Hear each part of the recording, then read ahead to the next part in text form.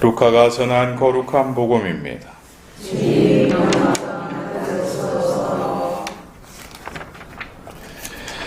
그 무렵 마리아는 길을 떠나 서둘러 유다 산악 지방에 있는 한 고을로 갔다. 그리고 즈카리아의 집에 들어가 엘리사벳에게 인사하였다.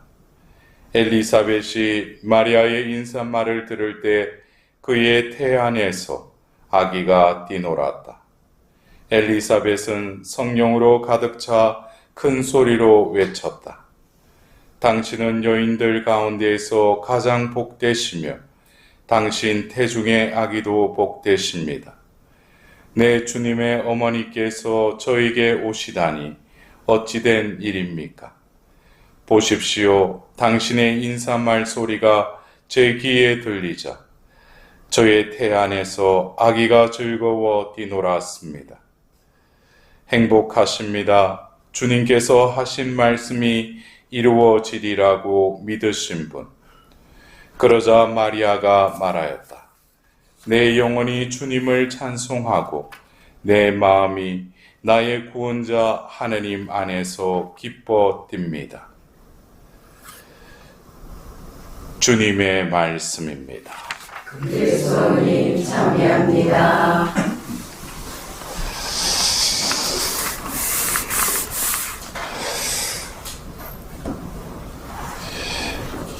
우리가 살아가면서 어떤 좋은 일이 생기고 또 어떤 하느님으로부터 어떤 축복을 받았을 때 기쁘죠.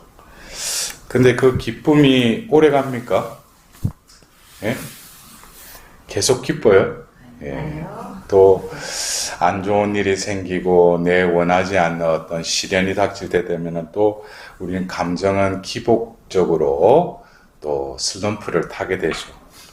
근데 오늘 하답송에 저의 구원자 주님 안에서 제 마음 기뻐 뛰나이다.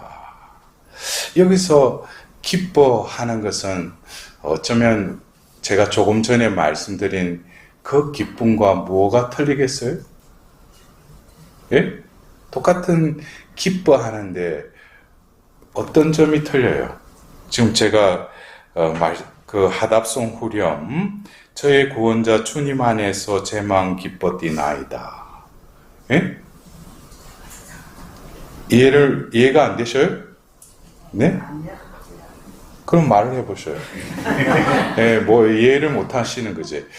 여러분들 기쁜데 제가 조금 전에 말씀한 것은 내 위주로 생각하는 기쁨이죠. 나에게 어떤 이득이 생기고 나에게 어떤 좋은 일이 생길 때 기뻐하는 그 기쁨과 지금 제가 말씀드린 사무엘의 엄마가 돌계집으로 취급받다가 이제 사무엘을 잉태하고 이제 그 기쁨 속에서 말을 하죠. 예?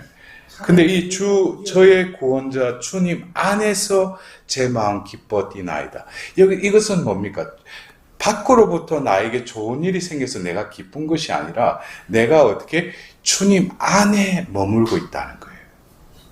이것은 우리가 생각하는 그 기쁨과는 사뭇 다릅니다.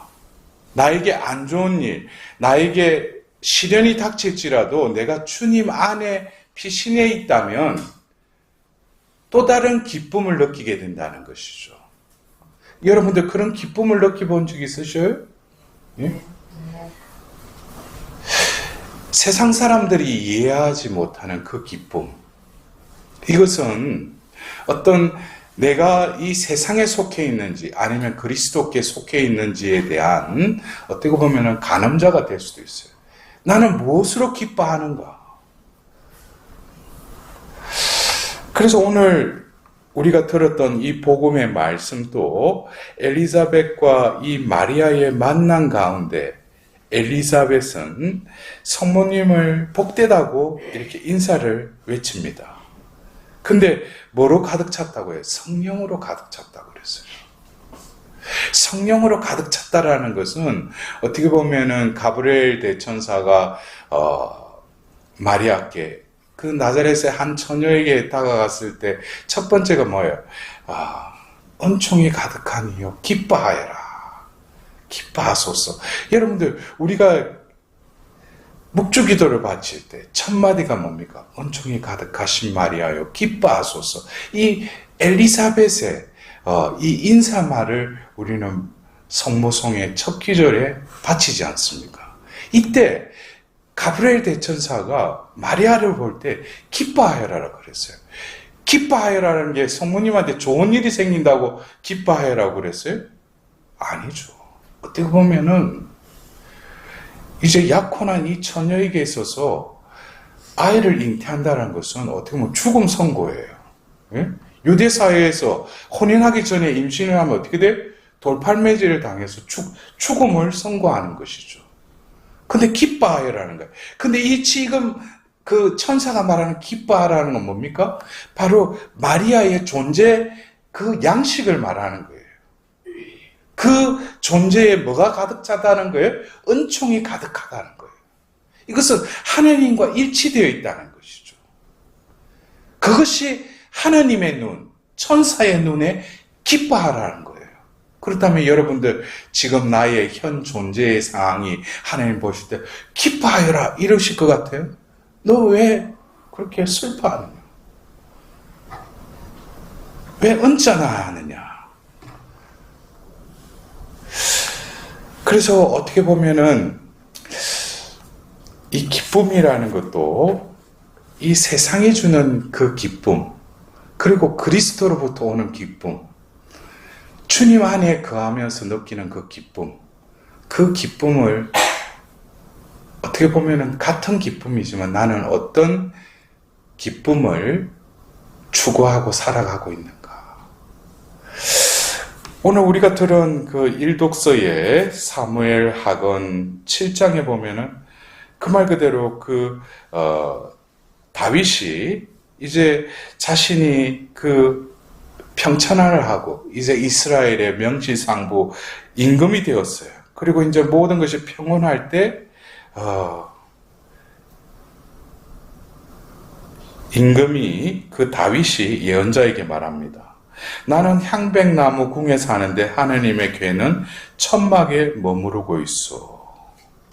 여러분들 나탄을 잘 읽어야 돼요. 사탄으로 읽으면 안 되죠. 예, 나탄이 또 그 말을 듣고 임금님과 함께 계시니 가셔서 무엇이든 마음 내키는 쉬는 대로 하십시오. 근데 주님의 말씀이 나탄에게 내립니다. 그러면서 나탄을 통해서 하나님의 그 말씀을 우리가 쭉 보노라면 참 이게 인간의 마음, 인간이 어떻게 하면 하나님을 기쁘게 해드릴 것인가. 그러나 하나님이 기뻐하신 것과는 사뭇 다르구나. 왜냐? 다윗은 뭐예요? 자신이 이제 왕이 되고 이제 향백나무 궁에 사는데 하나님은 어디 계셔요? 바로 그 계약을 맺을 때 하나님께서 그 만남의 천막을 지을 때 지성소에 바로 그 언약궤를 두라고 그랬죠. 바로 그 궤 안에는 뭐가 있었어요? 모세가 하나님으로부터 손수 적어 받은 그 십계명판, 그 다음에 아론의 쌍난 지팡이와 그 만나가 들어있었죠. 그것이 바로 뭡니까? 이스라엘 백성들에게는 주님의 그 현존을 드러내는 것이죠. 그래서 어떻게 보면은 우리가 이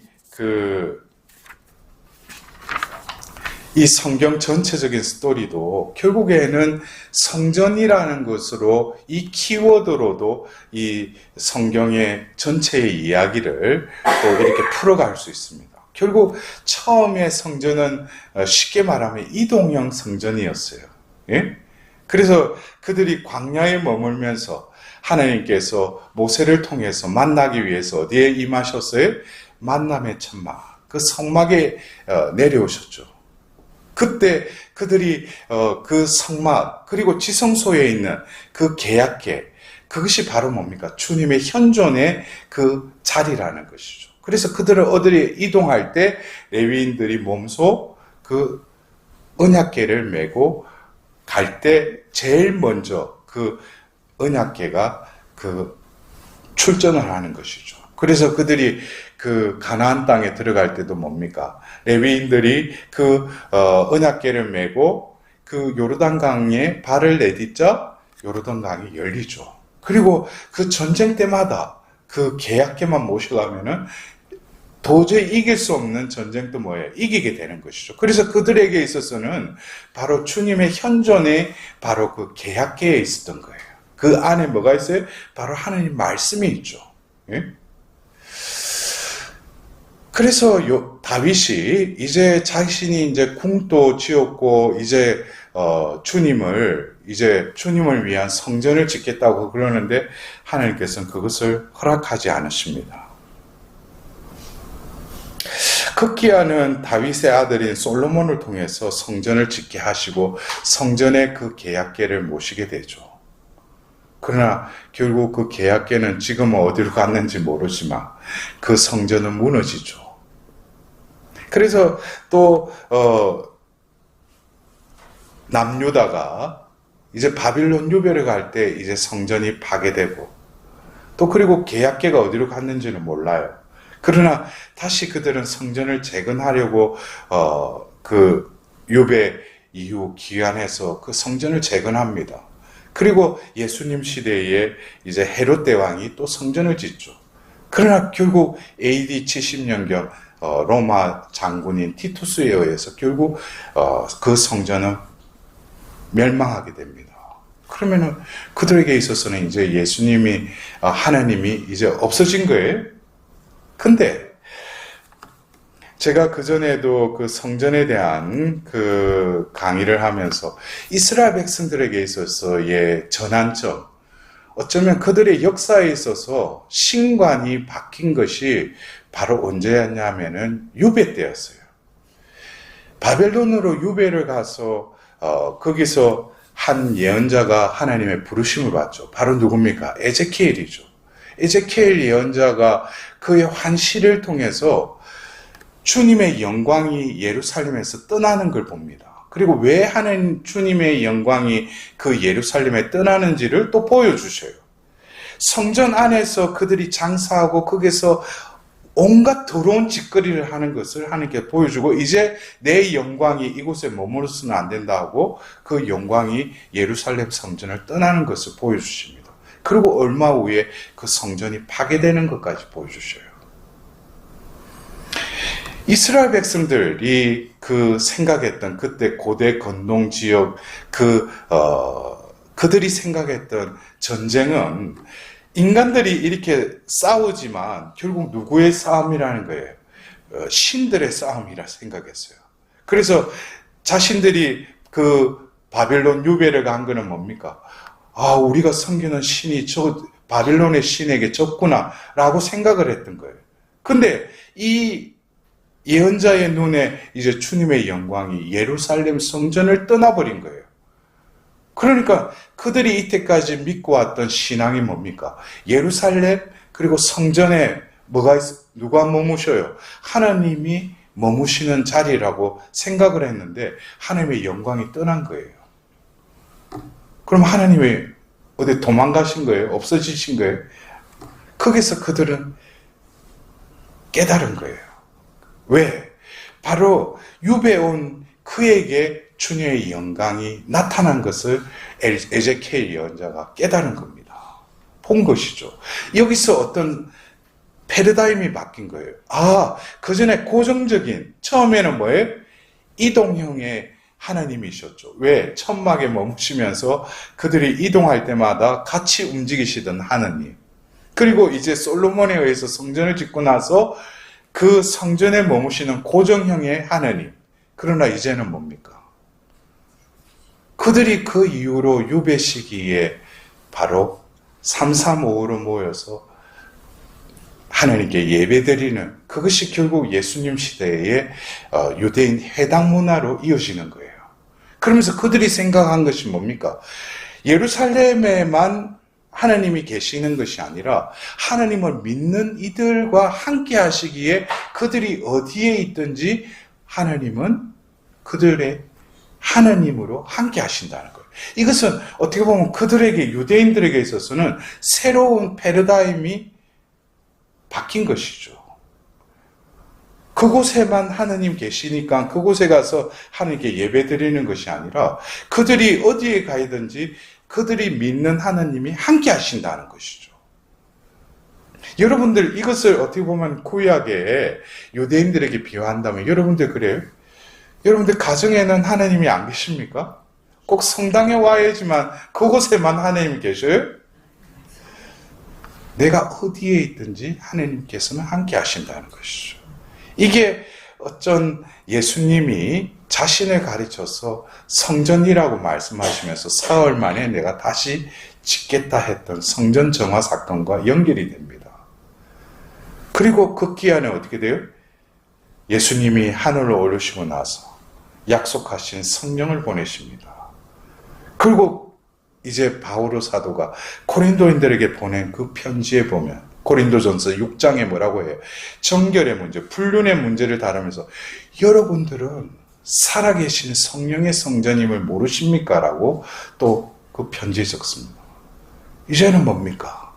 그 성전이 나의 하나님을 믿는 나의 존재가 뭐예요? 하나님의 살아있는 성전이 되는 것이죠. 그래서 우리가 주일 때 성전에 모여서 미사를 봉헌할 때 그것이 교회의 에클레시아의 어떤 모여든 어떤 믿는 이들의 그 자리인데 진정으로 그곳이 성전다워지려면은 거기에 모인 모든 믿는 이들이 뭡니까? 살아있는 성전으로서 살아서 일주간을 지내고 그 주님의 날 모여서 하나님께 미사 드릴 때 그곳이 어떻게 돼요? 성전다워진다는 것이죠. 그러나 내가 살아있는 성전으로 살지 않고 내 마음대로 나의 집으로 내 뜻대로 사는 사람들이 아무리 수천 명이 모여도 그곳은 뭡니까? 하나님께 봉헌된 성전일지라도 성전답지 못하다는 것이죠.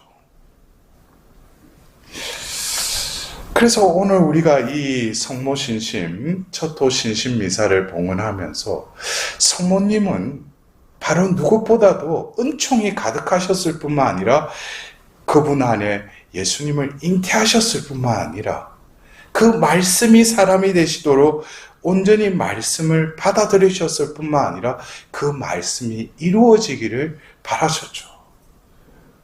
그래서 우리가 성모님이 우리가 그 묵주기도를 바치고 성모님께 기도할 때 성모님이 우리의 기원을 들어서 전구해 주시지만은 성모님이 진정으로 우리에게 원하시는 것은 뭐겠습니까?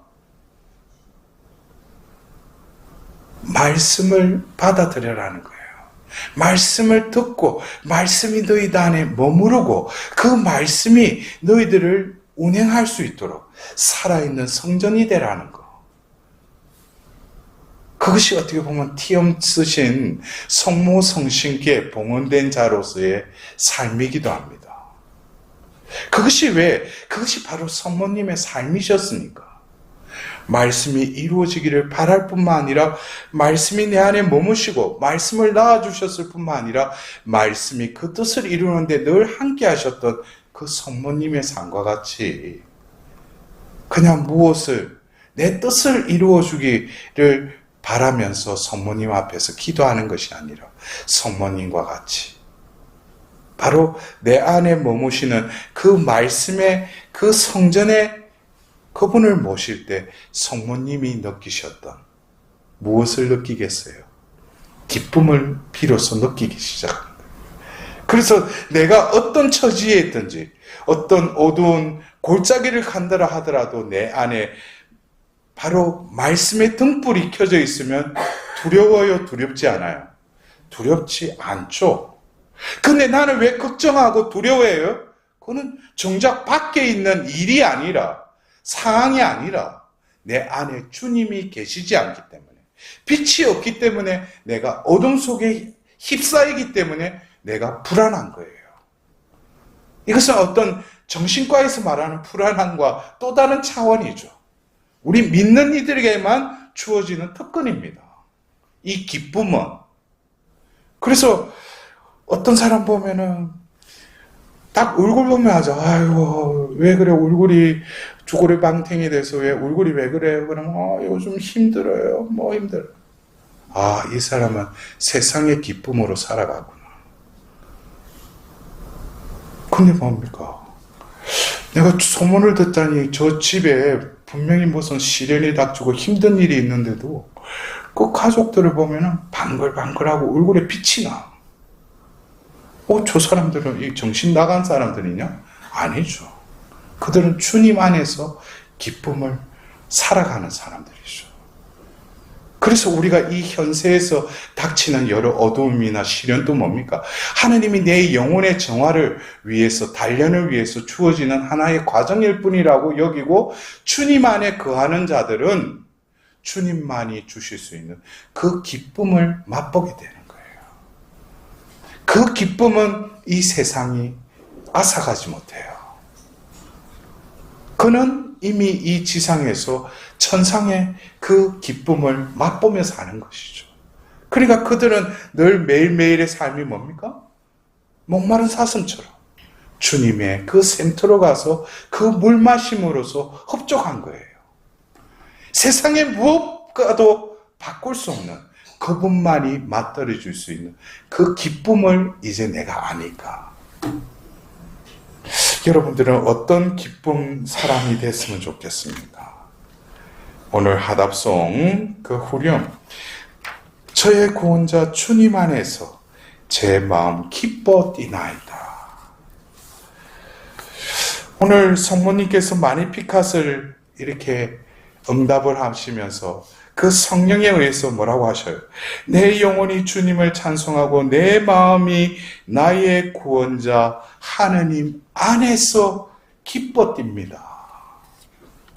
여러분들, 내가 추구하는 기쁨이 바깥에 있는 세상의 기쁨이 아니라 내 안에 주님이 늘 함께 하시는 주님 안에 거하는 자가 하나님으로부터 받는 그 특권인 그 기쁨을 내가 간직하고 그 기쁨 속에서 살아갈 수 있도록 기쁨의 원천이 있습니다.